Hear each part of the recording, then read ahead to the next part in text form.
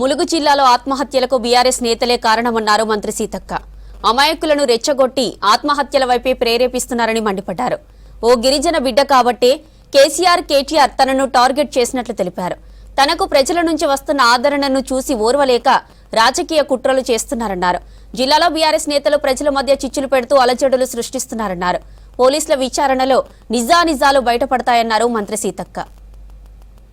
ఇక ఇదే విషయానికి సంబంధించిన మరిన్ని డీటెయిల్స్ కృష్ణమోహన్ అందిస్తారు. Krishnamohan, over to you.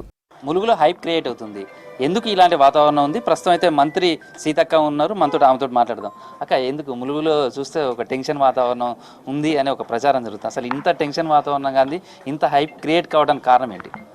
ఏమి లేదు, టీఆర్ఎస్ నాయకులు చేయనటువంటి అనేక అభివృద్ధి కార్యక్రమాలను మేము వచ్చినటువంటి 1.5 ఇయర్లోనే పేదలకు ఇల్లులు కానీ, భూముల సమస్యల పరిష్కారం కానీ, ఊరూర్ల రోడ్లు కానీ, అదేవిధంగా నిరుద్యోగులకు ఉద్యోగ అవకాశాలు కానీ, మన ప్రభుత్వ పథకాలు కూడా ఇంటింటికి చేరుతున్నాయి. సన్న బియ్యం కానీ, గ్యాస్ కానీ, 200 యూనిట్ల కరెంటు కానీ, సన్నధాన్యం కొనుగోలు కానీ, ఇవన్నీ చూసి సహించలేక వాళ్ళని పబ్లిక్ మర్చిపోతున్నారు. కాబట్టి మేము ఉన్నామని చెప్పుకోవడం కోసం పాపం కేటీఆర్ గారు ఆడిస్తున్నటువంటి డ్రామాలో ములుగులో ఇది చేస్తున్నారు.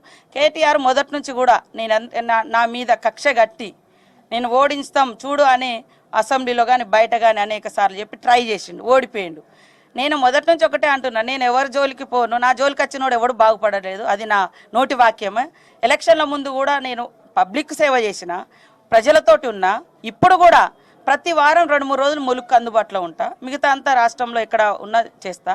కావాలని ఇవాళ బుట్టాయిగూడెంలో ఒక టీఆర్ఎస్ కార్యకర్త ఆత్మహత్య ఎందుకు చేసుకోవాలంటే మీరు ప్రేరేపించారు. నువ్వు ఇయ్యలేదా ఇల్లులు?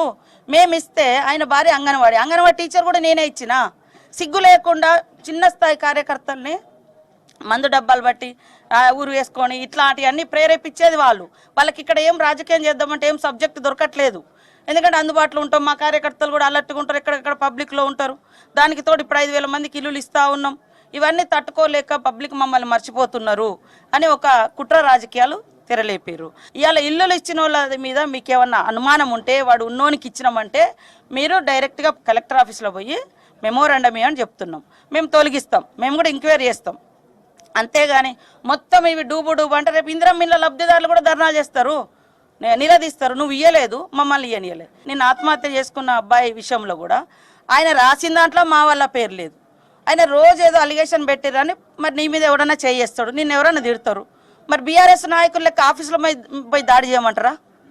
వాళ్ళు పోయి మొన్న ఒక మీడియా మీద ఆఫీసులో పోయి దాడి చేశారు. మేము ఇక్కడ ఎవరైనా చేస్తే వెంటనే మేమే కేసు పెట్టించినాం. మా వాళ్ళు ఒకరిద్దరు తప్పు చేస్తే కేసు పెట్టించి కోర్టులో హాజరుపరిచారు, పక్కకు పెట్టేసినాం. మీరేమో మీ మీద దాడి చేస్తే, మీ మీద ఎవరైనా అలిగేషన్ పెడితే మీరు వాళ్ళ ఆఫీసుల మీద దాడి చేస్తారు. అదేమో నీతి అంట. ఇది మేము పార్టీ నుంచి బహిష్కరించి కేసులు పెట్టించిన అదేమో ఇది తప్పు కనబడట్లేదు. కాబట్టి కేవలం చిల్లర రాజకీయాల కోసం ఇక్కడ వచ్చి డ్రామా చేస్తున్నారు. సీతక్క అనేది మొదటి నుంచి వాళ్ళకి టార్గెట్, కేటీఆర్కు, కేసీఆర్కు, వాళ్ళ కుటుంబానికి.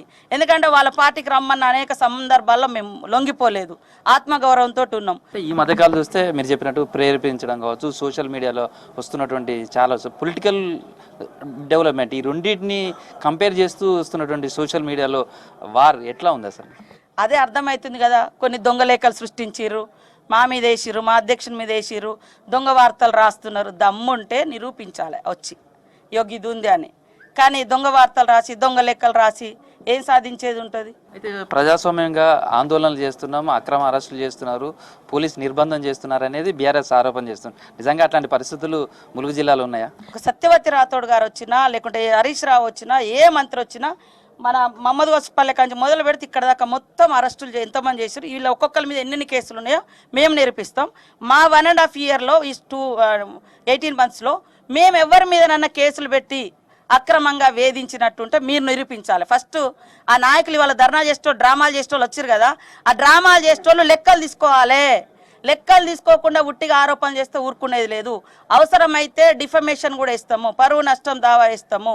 ఖచ్చితంగా ఏదో డ్రామా రాజకీయాలు, వాళ్ళకి ఎలక్షన్లు ఎప్పుడు వస్తే అప్పుడు డ్రామాలు చేస్తారు. ఇది ప్రస్తుతం అయితే ములుగుకు సంబంధించినటువంటిది.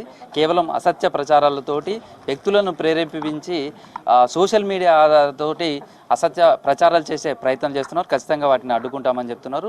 ప్రజాస్వామ్యబద్ధంగా నిరసనలు కానీ వేటికి కూడా మేము అడ్డు చెప్పట్లేదు. కేవలం అసత్య కల్పలతోటి ప్రచారాలు చేస్తూ ప్రజలను పక్కదో పట్టించే ప్రయత్నం చేస్తున్నారు. కేవలం కేసీఆర్, కేటీఆర్, సీతక్కను టార్గెట్ చేసే ఇవన్నీ చేస్తున్నారనేది సీతక్క చెప్తున్నారు. వీడియో జర్నలిస్ట్ దశరథతో కృష్ణమోహన్, వి6 న్యూస్, ములుగు నుంచి.